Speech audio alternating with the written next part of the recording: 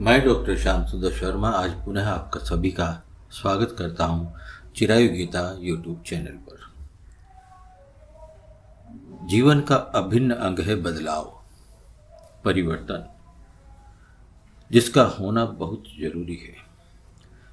जो बदलता नहीं वह चलता नहीं, वह समय की दौड़ में पीछे रह जाता है, पीछे छूट जाता है। किंतु मनुष्य बदलाव को स्वीकारने से बचता रहता है।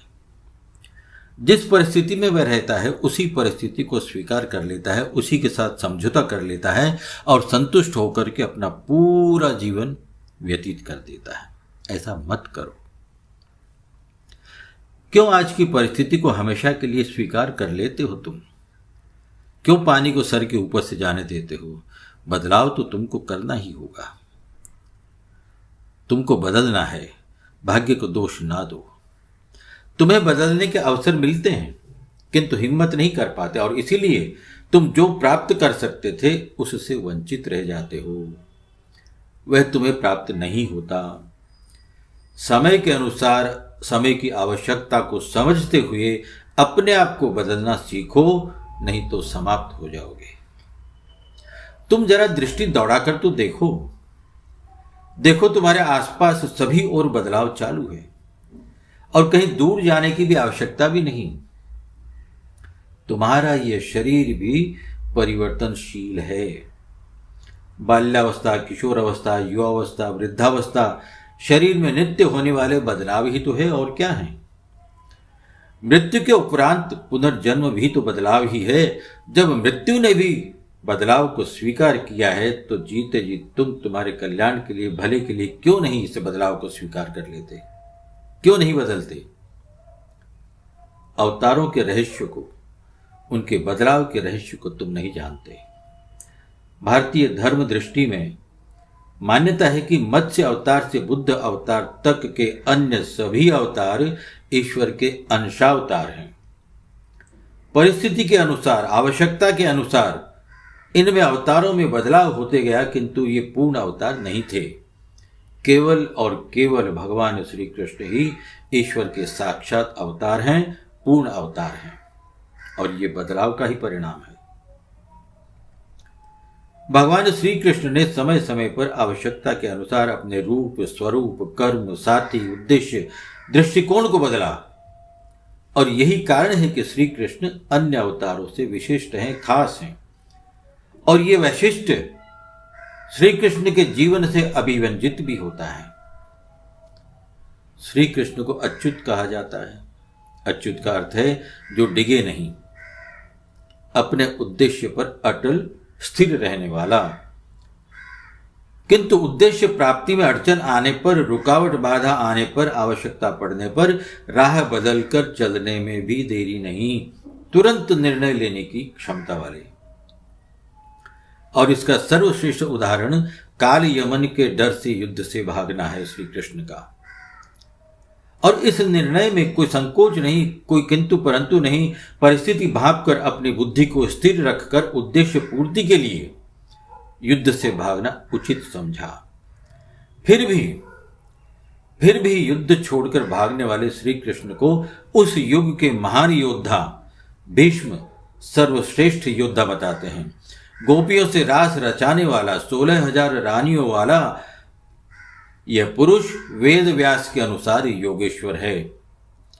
जो किसी राज्य का राजा नहीं, वह युधिष्ठिर के द्वारा सभी राजाओं के मध्य राजसूय यज्ञ में अग्र पूजा का अधिकारी बनता है। अपनी सेना के विरुद्ध युद्ध करता है और इन सब से ऊपर जो नीति और मर्यादा से च्युत डिगे हुए अपने पुत्रों, पौत्रों, बांधवों का नाश अपनी आंखों से देख सकता है, वही सही अर्थों में पूर्ण ईश्वर है। विरोधों का परिशमन करते हुए, धर्म के परिरक्षणार्थ अपनी ही रचना का ध्वंस करने में मोह को नकारते हुए, असफलता से निराश न होते हुए अनासक्त भाव से कर्म पथ पर चलते रहने की प्रेरणा देने वाला यह ईश्वर, जो पुत्र, सखा, भ्राता, वल्लभ, पति, पिता सभी रूपों में सहज रहने वाला प्रिय लगता है, विलक्षण रूप से इसी लोक का लगता है, अपना ही लगता है। और दूसरी ओर भगवान श्री राम को देखें तो उनका घर छोड़ना एक षड्यंत्रों में घिरे राजकुमार की कर्म कथा है, और कृष्ण का घर छोड़ना गूढ़ कूटनीति है। राम जो आदर्शों को निभाते हुए कष्ट सहते हैं, कृष्ण षड्यंत्रों के हाथ नहीं आते, बल्कि स्थापित आदर्शों को चुनौती देते हुए एक नई परिपाटी को जन्म देते हैं। अर्जुन का मोह भंग करने के लिए कर्म योग, सांख्य योग, भक्ति योग ये सब समझाया, और जब इससे बात नहीं बनी तो विश्व रूप, विराट रूप दिखलाया। ये सब क्या है? परिस्थिति को भांप कर उसके अनुसार अपनी नीतियों में किए गए बदलाव हैं ये सब। श्री राम से श्री कृष्ण हो जाना एक सतत प्रक्रिया है, यह मानकर चलो। श्री राम को मारीच भ्रमित कर सकता है, किंतु कृष्ण को पूतना भी ममता में उलझा नहीं सकती। श्री राम अपने भाई को मूर्छित देखकर ही बेसुध बिलख पड़ते हैं, किंतु कृष्ण अभिमन्यु को दाव पर लगाने से भी नहीं हिचकिचाते। राम राजा हैं, कृष्ण राजनीति है। राम रण हैं, कृष्ण रणनीति हैं। श्री राम मानवीय मूल्यों के लिए लड़ते हैं तो श्री कृष्ण मानवता के लिए। श्री राम धर्म हैं तो श्री कृष्ण धर्म स्थापना है। हर मनुष्य की यात्रा राम से ही शुरू होती है और समय उसे कृष्ण बनाता है। व्यक्ति का कृष्ण होना भी उतना ही जरूरी है जितना राम होना, लेकिन राम से प्रारंभ हुई यह यात्रा तब तक अधूरी रहती है जब तक इस यात्रा का समापन कृष्ण न हो। अर्जुन भी विश्व रूप के तेज को सहन नहीं कर पा रहे थे, तो उन्होंने भी बदलाव के लिए चतुर्भुज रूप दिखाने की प्रार्थना की श्री कृष्ण से और कहा, अदृष्ट पूर्वम ऋषितो अस्मि दृष्ट्वा भयेन च प्रव्यथितम मनो में तदेव में दर्शय देव रूपम प्रसीद देवेश जगन निवासे। यानी पहले कभी न देखा हुआ आपका यह बदला हुआ भयानक रूप देखकर मैं भय से व्याकुल और हर्षित हूं। आप मुझे अपने चतुर्भुज विष्णु रूप के ही दर्शन कराएं। हे देवेश, हे सर्वव्यापी, आप प्रसन्न होने की कृपा करें। आज की इन परिस्थितियों में तुमको भी अपनी सोच बदलनी होगी, तुम्हें बदलना होगा। इस बदलाव को स्वीकार करना ही होगा। बिना भ्रमित हुए सचेत रहना होगा। दूसरों के बदलने से कुछ नहीं होगा। जब तुम बदलोगे नहीं, जागोगे नहीं, तो कुछ नहीं होने वाला।